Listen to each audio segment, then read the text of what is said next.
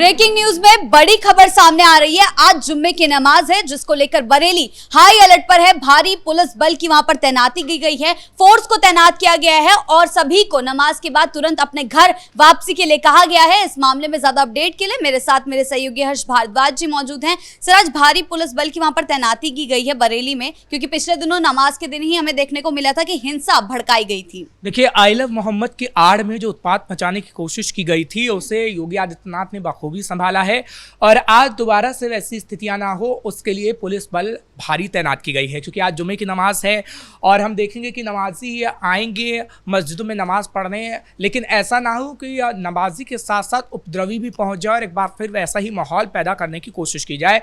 क्योंकि अगर पुलिस की बात करें तो पुलिस हाई अलर्ट मोड पर है और पुलिस की तरफ से बताया गया है कि मौलाना तौकीर रजा के जितने भी साथी हैं, कर्ता धर्ता हैं, वो सिर्फ उत्तर प्रदेश में ही नहीं है, उत्तर प्रदेश के बाहर भी है और वो आने की कोशिश कर सकते हैं, उत्पात मचाने की कोशिश की जा सकती है और इसलिए अलर्ट मोड पर आज रखा गया है। हालांकि इंटरनेट बंद है 4 तारीख दोपहर तक, क्योंकि 2 अक्टूबर 3 बजे इंटरनेट को बंद कर दिया गया था। 3 तारीख है, आज पूरे दिन इंटरनेट बंद रहेगा और कल 3 बजे तक इंटरनेट आगे आने वाले समय में अगर कोई आदेश आता है तो बहाल किया जाएगा, नहीं तो इंटरनेट पर पाबंदी लगी रहेगी। फिलहाल अभी की अगर हम बात करें तो अभी मस्जिदों के बाहर भी पुलिस बल को तैनात किया गया है, क्योंकि तकरीबन 350 मस्जिदें हैं जहां पर हमने अपने दर्शकों को खबर बताई थी कि 40,000 लोगों को ठहराने का बंदोबस्त किया गया था, यानी 40,000 कट्टरपंथियों को बुलाया गया था अलग अलग जगहों से और बरेली में उत्पात मचाने की कोशिश की गई थी। मौलाना तौकीर रजा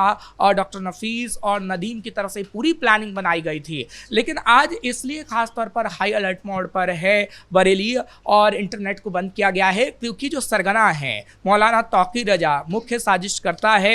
ये कहा जा रहा है कि डॉक्टर नदीम के कुछ खासम खास, डॉक्टर नफीस के कुछ खासम खास और तौकीर के कुछ खासम खास बरेली में आज आ सकते हैं, क्योंकि हमने देखा है कि बरेली में अभी सेंसिटिव एरिया है वो और वहां पर आने की मनाही है, चाहे फिर वो राजनेता ही क्यों ना हो या फिर अदर स्टेट से अगर कोई व्यक्ति आ रहा है तो खास तौर पर निगरानी रखी जा रही है। अभी अगर बात करें निगरानी की तो निगरानी के लिए सीसीटीवी कैमरा भी लगाया गया है। ठीक संभल जैसी तस्वीरें इस वक्त बरेली में नजर आ रही है कि कैसे पुलिस सीसीटीवी के माध्यम से निगरानी रख रही है कि कोई भी उत्पात ना मचा पाए, क्योंकि पिछले दिनों हमने देखा था कि कैसे जब मस्जिदों में नमाज पढ़ी गई, कुछ लोग तो नमाज पढ़ के घर चले गए थे, लेकिन कुछ पेट्रोल बम लेकर आए, कुछ पत्थर लेकर आए और वही पत्थरबाजी हुई, जिसके बाद काफी बवाल काटने की कोशिश की गई है।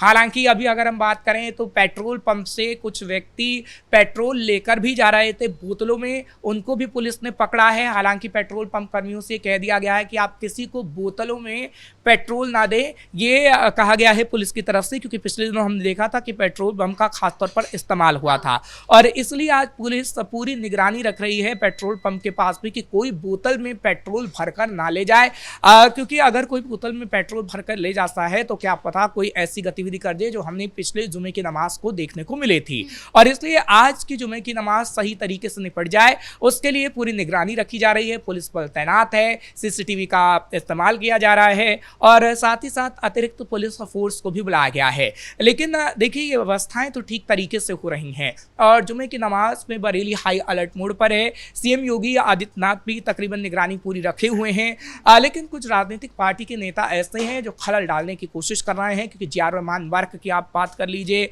या फिर समाजवादी पार्टी के नेताओं की बात कर लीजिए, उनका बयान सामने आया है और वो बार बार यही कहने की कोशिश कर रहे हैं कि मुसलमानों को प्रताड़ित किया जा रहा है और हमारी मस्जिदों को एकदम ध्वस्त करने का काम किया जा रहा है। वो ध्वस्त शब्द का इस्तेमाल तो नहीं करते, लेकिन शहीद शब्द का इस्तेमाल ज़्यादा करते हैं। और बात अगर इकबाल महमूद की करें या फिर अन्य समाजवादी पार्टी के नेताओं की करें या उससे पहले अखिलेश यादव की कर लेते हैं, जब अखिलेश यादव ने कहा कि कैसे मुसलमानों को प्रताड़ित करने की कोशिश की जा रही है। इमरान मसूद भी यही कुछ कहते नजर आए जब इमरान मसूद को अरेस्ट किया गया। चंद्रशेखर आज़ाद की बात करते हैं तो नगीना सांसद वो भी कल निकलते हुए बरेली नजर आए थे, लेकिन उन्हें हाउस अरेस्ट कर दिया गया।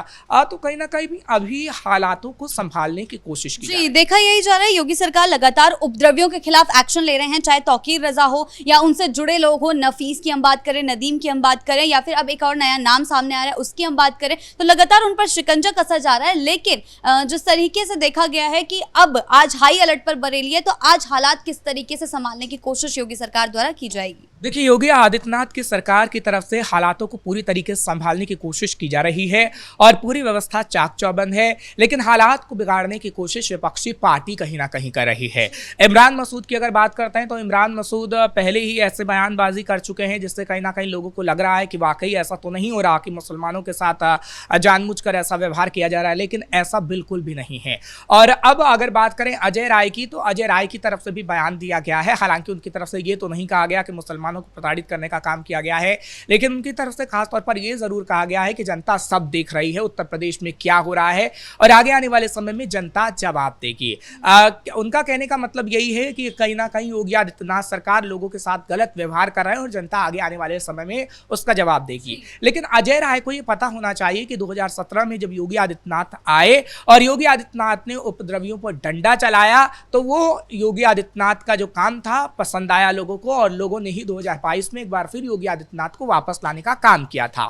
तो अजय राय हो, इमरान मसूद हो या फिर अखिलेश यादव हो, अच्छे से समझ ले कि 2027 में भी योगी आदित्यनाथ की छवि काफी उभरकर सामने आएगी, क्योंकि योगी आदित्यनाथ को लोग अभी भी पसंद कर रहे हैं, क्योंकि तमाम सर्वे बता रहे हैं, एनसीआरबी की रिपोर्ट ये कह रही है कि अपराध कम हुए हैं। इसलिए जो आप नैरेटिव गढ़ने का कोशिश कर रहे हैं वो नैरेटिव आपका काम नहीं आ पाएगा।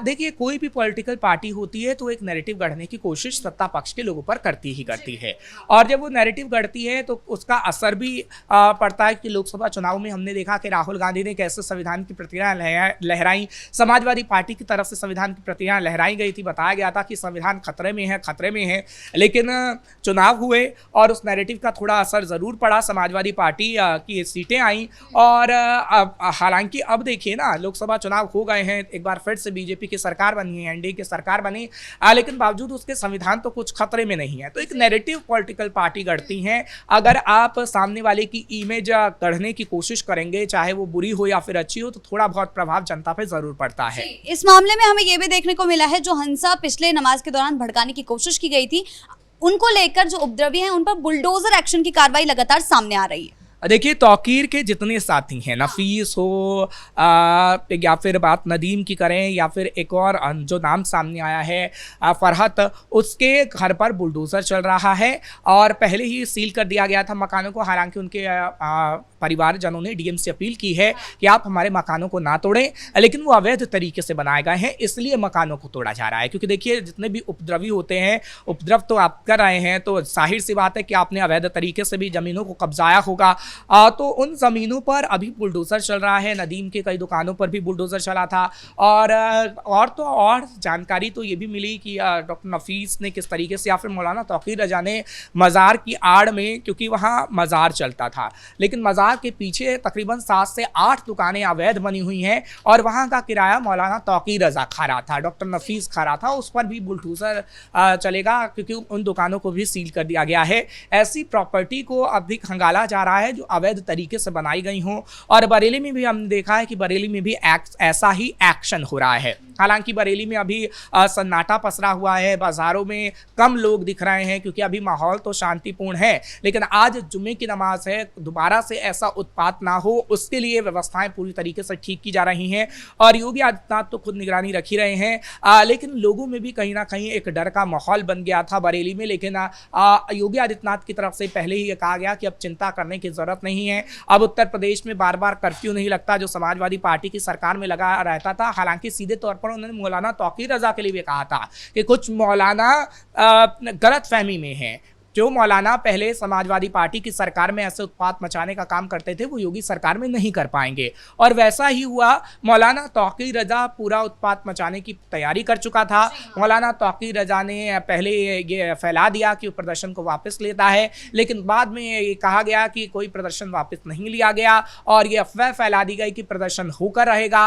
और पूरी टीम ने, मौलाना तौकीर रजा की पूरी टीम ने 40,000 से ज़्यादा लोगों को वहाँ लाने की कोशिश की गई और मस्जिदों में ठहराने की व्यवस्था थी। ऐसा हम नहीं कह रहे हैं, ऐसा पुलिस की रिपोर्ट बाकायदा कहती है। अभी वो न्यायिक हिरासत में है तो गहरे राज उगल रहा है और जब उसकी कोर्ट में पेशी होगी तब भी हम देखेंगे कि गहरे राज सामने आएंगे जो ये बताएंगे कि आखिर मुख्य साजिशकर्ता कौन था। क्योंकि अभी मुख्य साजिशकर्ता तौकीर रजा है, लेकिन हाँ, एक बड़ी पॉलिटिकल पार्टी के बड़े नेता का नाम भी सामने आ सकता है, जो सूत्रों के हवाले से खबर मिल रही है। बहुत बहुत धन्यवाद आपका इन तमाम जानकारियों के लिए। तो आज जुम्मे की नमाज से पहले बरेली हाई अलर्ट पर है। प्रशासन जो है अलर्ट मोड पर खड़ा हो रखा है और देखने की कोशिश कर रहा है कि इस बार कोई भी दंगा फैलाने की कोशिश किसी भी उपद्रवी द्वारा ना की जाए, नहीं तो उन पर भी तगड़ा शिकंजा कसा जाएगा। आगे इसमें क्या कुछ होता है, इस पर हमारी नजर जो है बनी रहेगी। ब्रेकिंग न्यूज में फिलहाल इतना ही। कैमरा पर्सन कुणाल के साथ मैं शिवानी रतूड़ी, कैपिटल टीवी, उत्तर प्रदेश।